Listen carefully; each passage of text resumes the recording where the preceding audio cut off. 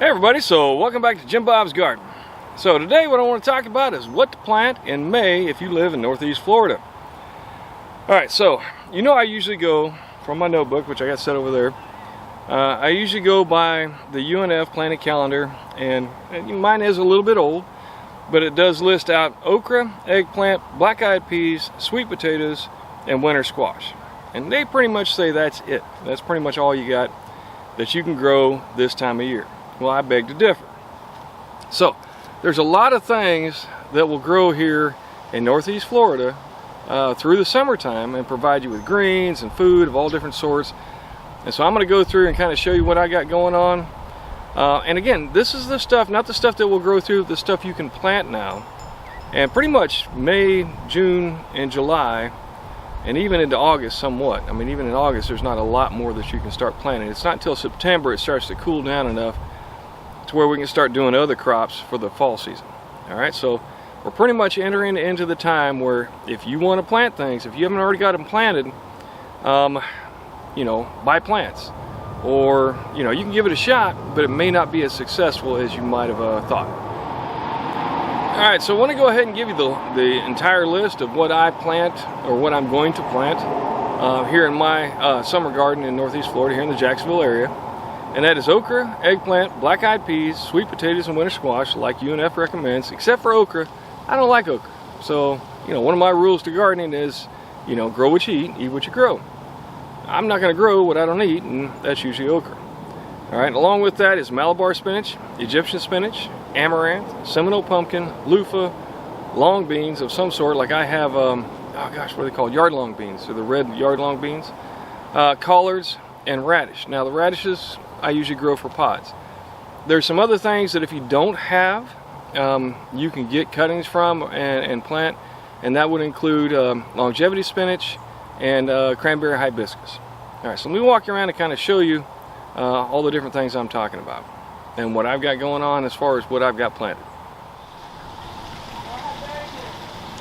Okay, we'll start off, since we don't do okra, let me start off with a couple of things I've got in pots that are fixing to go out. This is my eggplant right here. As you can see, I got 12 of those that are growing strong. I'm fixing to put them out.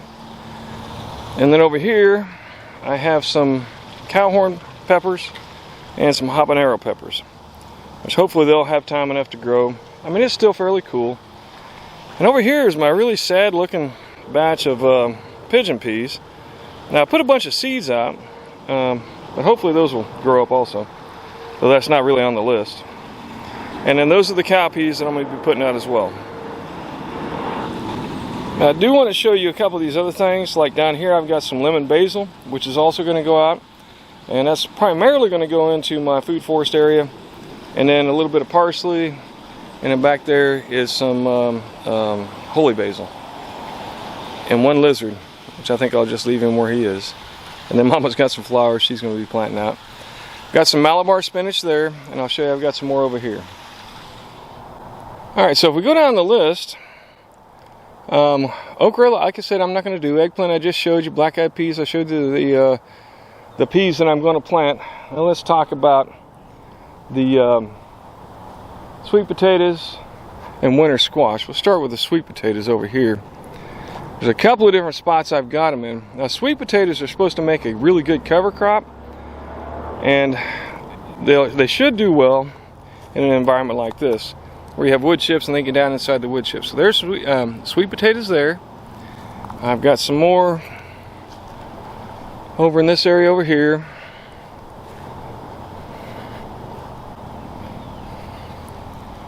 Right down there, some more sweet potatoes. And then I got a few more slips in other places, and I'm going to stick them all over. They're going to be like a big cover crop. Now over here, that is my summer squash. Now summer squash is primarily, the big difference from what I understand, the big difference between summer squash and winter squash is that summer squash doesn't keep and hold for long. Winter squash, however, does. And I got a couple of nice squashes growing up in there, and so far that's the only ones that are really getting big, and that's the ones I hand pollinated. So that worked out pretty good. And then down here in my corn, I planted winter squash, which if you look right there, you can see They're just now starting to sprout up. And along with that, if you look down here, let me find a better example. But some of the beans I got planted are starting to come up as well. Right there, you can see that bean. So in here, I got spaghetti squash and climbing beans. And airplanes going over.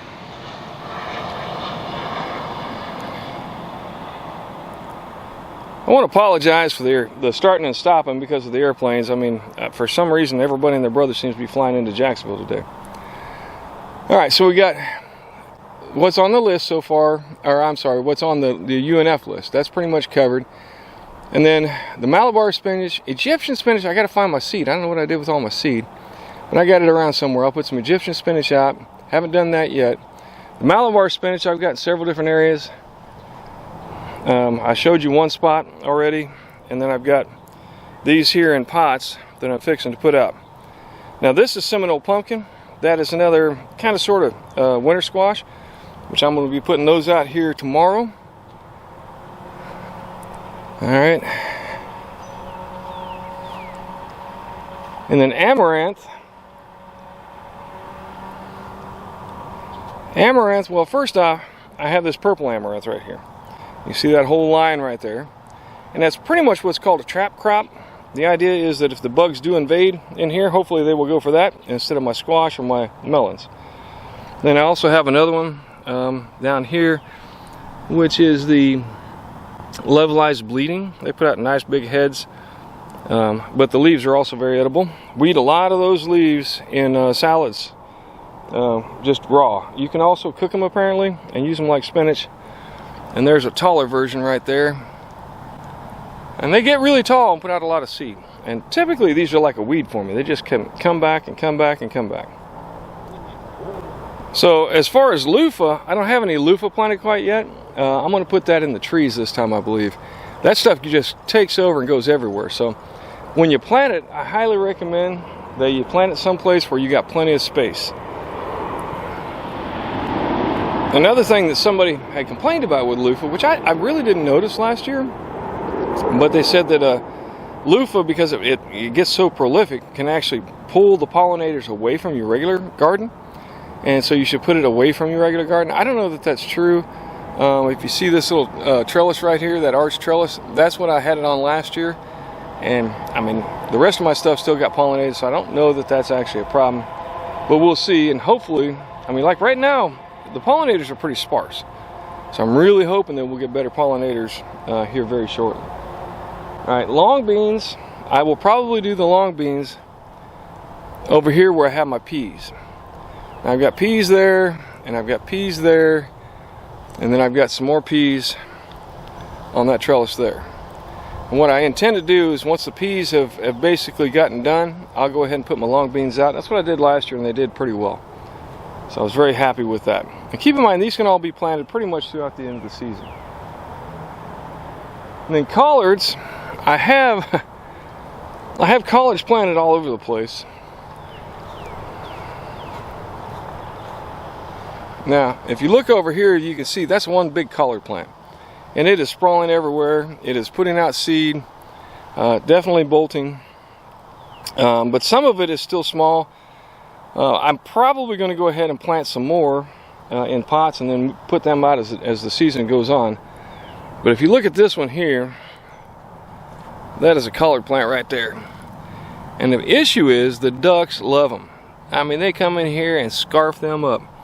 And I planted a bunch over in that area back over there behind where the pool is to hopefully feed the ducks with. But we'll see. I'm going to have to stick some more all over the place, I guess. I'm going to have to find a place to put collards where they can't get to them.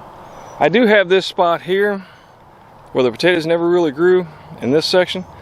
So I'm thinking what I'll probably do is put some Egyptian spinach and some collards in there, and we'll see how they do. Maybe once I start digging up these potatoes, I'll plant even more in that section. And then the last thing is radishes. Now if you look down there, let me focus in on it real quick. If you look down there, you'll see that there are some radishes up underneath there. Now radishes are supposed to be another trap crop for, there's some more down here. So that tomato. And then I've got more, but let me show you back over here. Now if you look here, maybe you can tell, maybe you can't, but those are radishes down below. And then they come all the way up here, and you can see they're flowering out.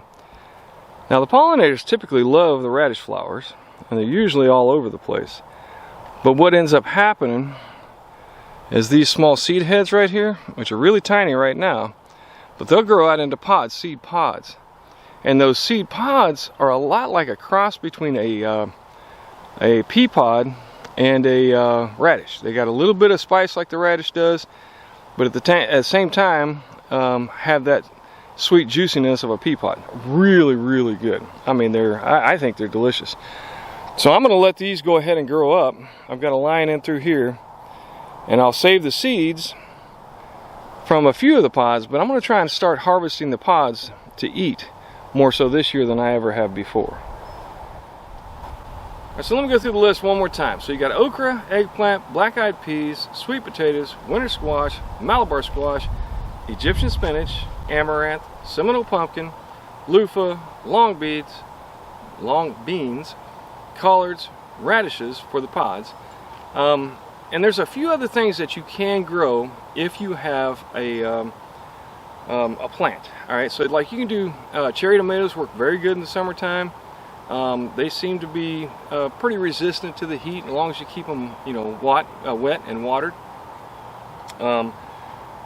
Bigger tomatoes tend to have a harder time, I think.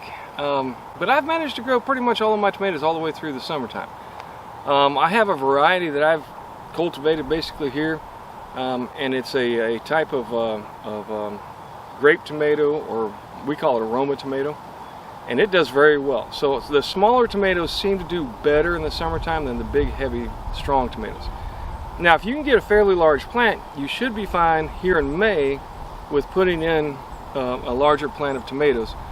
But starting them from seed at this time of the year is probably not a good idea. I don't know whether or not they'll last through the summertime heat. Particularly if they're still small and still growing. Though I do have some that are still only about yay tall, so you know, that's coming on. Now this doesn't mean that you should go through and anything that's not on the list rip it out of your garden, because it's not going to grow.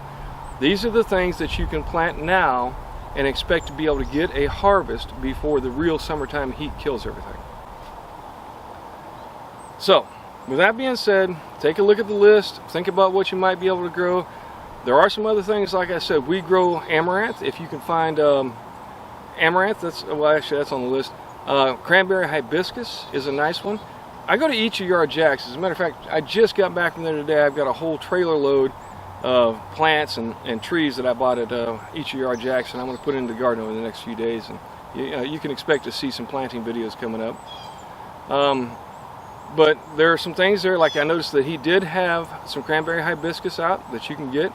He had a lot of eggplant. He had a lot of different plants that will actually grow well at this point in the summertime here in Jacksonville. Another thing I grow is something called longevity spinach. The longevity spinach grows very well through the heat, as does the Malabar spinach, which I did list here. And you know, there's a few other spinaches that you might be able to grow in the summertime heat and do okay with. But our salads primarily in the summertime consist of, well, you know, peppers and tomatoes, but mostly longevity spinach, amaranth, some cranberry hibiscus. If we have collards that are still growing, we'll use some collards. I grow with a broccoli for the leaves, because it'll bolt out really quick now because of the heat. But you can grow the leaves. If you've got a nice, good, solid plant, it'll continue to grow leaves, and those leaves are fantastic in a salad. And then there's a few other little things, like I do have a moringa tree. You can put some moringa leaves in your salad, and various other greens that you can continue to keep growing through the summertime. Collards and kale, if they don't bolt, which some will not, like I have some over in the enclosure there that have not yet bolted, will continue to grow, and you might still be able to get a harvest from it. Keep in mind though, kale in particular gets a little more bitter in the summertime in the heat. It's a lot better in the cold. Another thing that will continue to grow in the summertime here sometimes is chard. Swiss chard will continue to grow for the most part, but the bugs love it. So if you're going to grow Swiss chard, or if you have Swiss chard in the ground, consider putting something like some marigolds, or maybe some garlic or something of that nature, something that smells near your Swiss chard to hopefully keep the bugs off of them as much as possible. All right, some sort of a natural, pesticide, or not pesticide really, but a repeller is what they call it. Some of the repellers you can get is like nasturtiums, marigold, coriander, which is also called cilantro, basil, and chives. Like I have Swiss chard back here. It's right next to my chives. It's about a foot and a half away from my garlic, and I'm going to put some marigolds in there, I think, as well. I do have one marigold near it, but I'm going to probably put a few more in there to hopefully, increase that repellent effect to try and keep the bugs away from the Swiss chard. But man, the bugs love it. All right. So anyway, that's what you can plant here in May in Northeast Florida, in the Jacksonville area in particular. Hopefully you've got the time still left to get something in the ground, and that way you can keep food coming to your table throughout the summer. So with that being said, do me a favor, give me a like on this video if you liked it. If you didn't like it, then please give me a comment and let me know what you think. If you've got other things that you plant this time of year here in Jacksonville in particular, let me know. Let me know if you got something I don't know about that does great for salads or for just general food throughout the summertime. Other than that, like I said, give me a like and a subscribe, and let me know what you think. Most importantly, get something growing in your yard. There's no reason that you cannot grow something here in Jacksonville pretty much all year round.